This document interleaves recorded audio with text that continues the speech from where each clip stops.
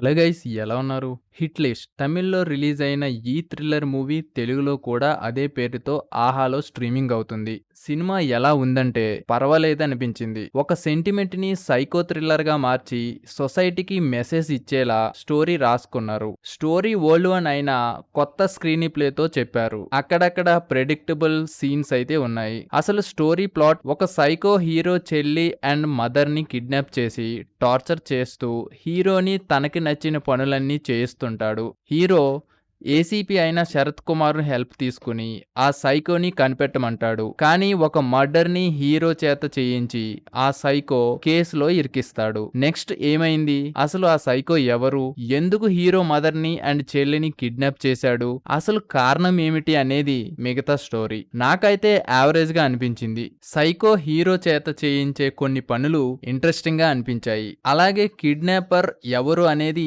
Intensify గా అనిపించింది. కానీ క్లైమాక్స్ అనేది రొటీన్ గానే ఉంది. పర్ఫార్మెన్స్ లో హీరో బాగానే చేశాడు. శరత్ కుమార్ తన పరిధి మేరకు నటించారు. ఇది గైస్ రివ్యూ. వీడియో గానీ నచ్చినట్లయితే ప్లీజ్ సబ్స్క్రైబ్.